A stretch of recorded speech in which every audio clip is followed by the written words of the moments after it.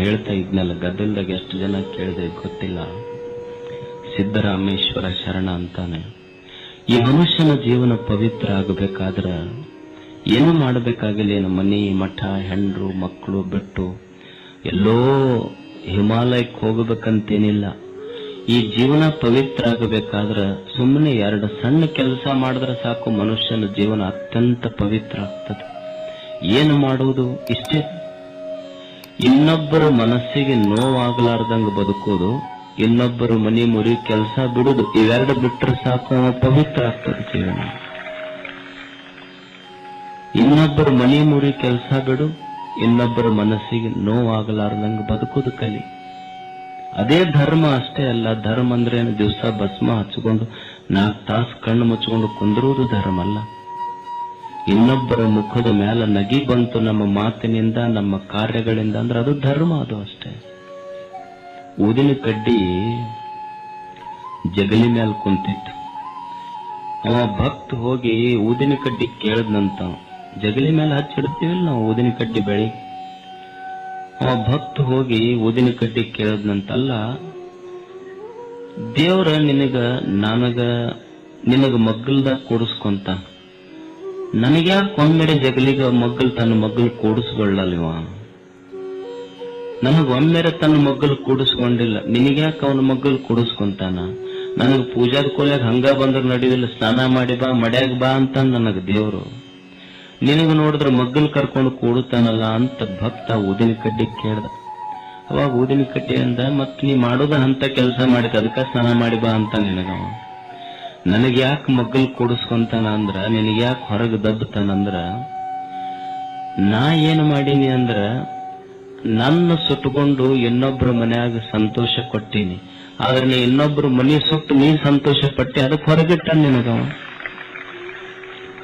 ನಾನ್ ನನ್ನ ಸುಟ್ಟುಕೊಂಡು ಇನ್ನೊಬ್ಬರ ಮನೆ ಸಂತೋಷ ಇಟ್ಟೀನಿ ನಾನು, ಆದ್ರೆ ನೀ ಮಂದಿ ಮನೆ ಸುಟ್ಟು ಸಂತೋಷ ಪಡ್ತಿಲ್ಲ, ಅದಕ್ಕೆ ಹೊರಗಿಟ್ಟ ನಿನಗವ. ಅದಕ್ಕೆ ಮನುಷ್ಯ ಇದನ್ನು ಕಲಿಯುವುದಲ್ಲ, ಏನು ಒಳ್ಳೆಯದಿದೆ ಅದನ್ನ ಪ್ರೀತಿಸುವುದೇ ನಿಜವಾದ ಧರ್ಮ, ರಕ್ಷಣೆ ಮಾಡುವುದೇ ಧರ್ಮ, ಅದಕ್ಕೆ ಕೊಲ್ಲದಿಪ್ಪುವುದೇ ಧರ್ಮ. ಅಧರ್ಮದಿಂದ ಬಂದುದ ನೊಲ್ಲದಿಪ್ಪುವುದೇ ನೇಮ. ನೇಮ ಅಂದ್ರ ಮಡಿ ಮಡಿ ಮಡಿ ಮಾಡ್ತೀವಲ್ಲ, ಅದು ನೇಮ ಅಲ್ಲ. ನೇಮ ಅಂದ್ರ ಅನ್ಯಾಯದಿಂದ ಬಂದದ್ದನ್ನ ನೀವು ಮುಟ್ಟಬೇಡ ಅಂತ ನಾವು ಚರಣ. ಡಿವಿಜಿ ಎಷ್ಟು ಸುಂದರ ಮಾತು ಹೇಳ್ತಾರೆ.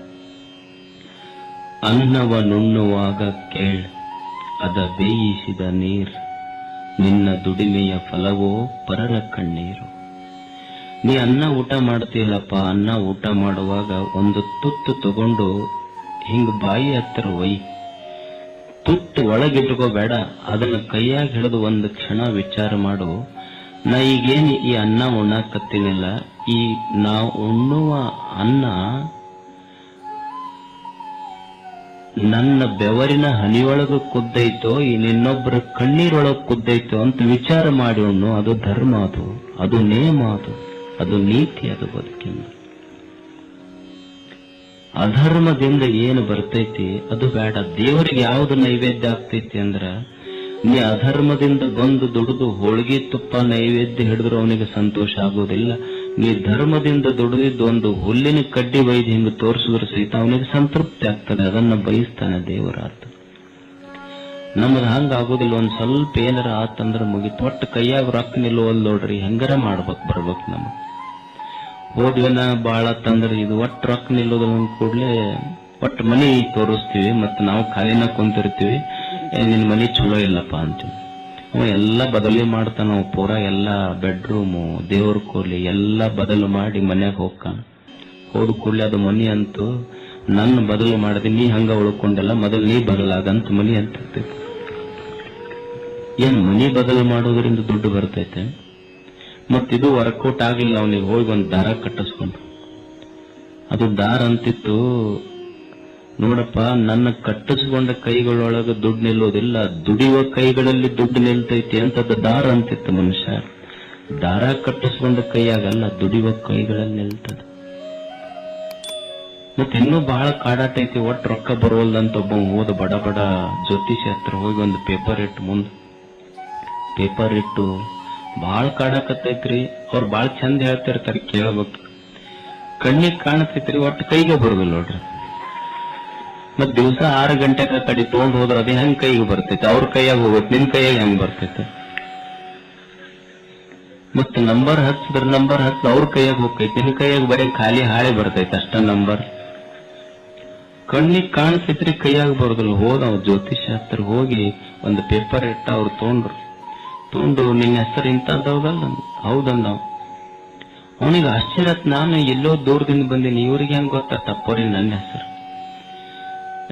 ನಿಮ್ ಹೆಣ್ಮಕ್ಳ ಹೆಸರಿದ ಹೌದಲ್ಲ? ಹೌದ್ರಿ ಅಪ್ಪ. ದೊಡ್ಡವರಪ್ಪ, ಎಲ್ಲ ತ್ರಿಕಾಲ ಜ್ಞಾನಿಗಳು. ನಿಮ್ಮ ಅಪ್ಪ ಅವನ ಹೆಸರಿದ ಹೌದಲ್ಲ? ಹೌದು. ನಿನಗಿಬ್ಬರು ಮಕ್ಕಳದಾರಿಲ್ಲ? ಅಪ್ಪರಿಗೆಲ್ಲ ಗೊತ್ತಾಗತ್ತಲ್ಲಪ್ಪ. ನಿನ್ನ ಮಕ್ಕಳ ಹೆಸರಿದ ಹೌದಲ್ಲ? ಹೌದು. ಅವಾಗ ಅವ್ರ ಗುರುಗಳಂದ್ರು, ಯಪ್ಪ ಅವನ ಶಿಷ್ಯ ಕೇಳಿದೆ, ಅಪ್ಪ ನಿನಗಿದೆಲ್ಲ ಹೆಂಗ್ ಗೊತ್ತಾಯ್ತು? ಹುಚ್ಚ, ಜ್ಯೋತಿಷ್ಯ ಕೇಳಕ್ ಬರುವಾಗ ಜಾತಕ ತರಬೇಕು, ರೇಷನ್ ಕಾರ್ಡ್ ತರಬಾರ್ದು. ಅವ್ರ ರೇಷನ್ ಕಾರ್ಡ್ ತಗೊಂಡು ಹೋಗಿದ್ದ. ಒಟ್ಟು ಹೆಂಗಾರ ಬರಲಿ ಅಂತೇಳಿ. ಅದು ಅಲ್ಲ, ಅಧರ್ಮದಿಂದ ಬಂದುದನ್ನೊಲ್ಲ ದಿಪ್ಪುದೇ ನೇಮ ಅಷ್ಟೇ. ಅದೊಂದು ಬದುಕಿನ ನೇಮ ಆಗಬೇಕು.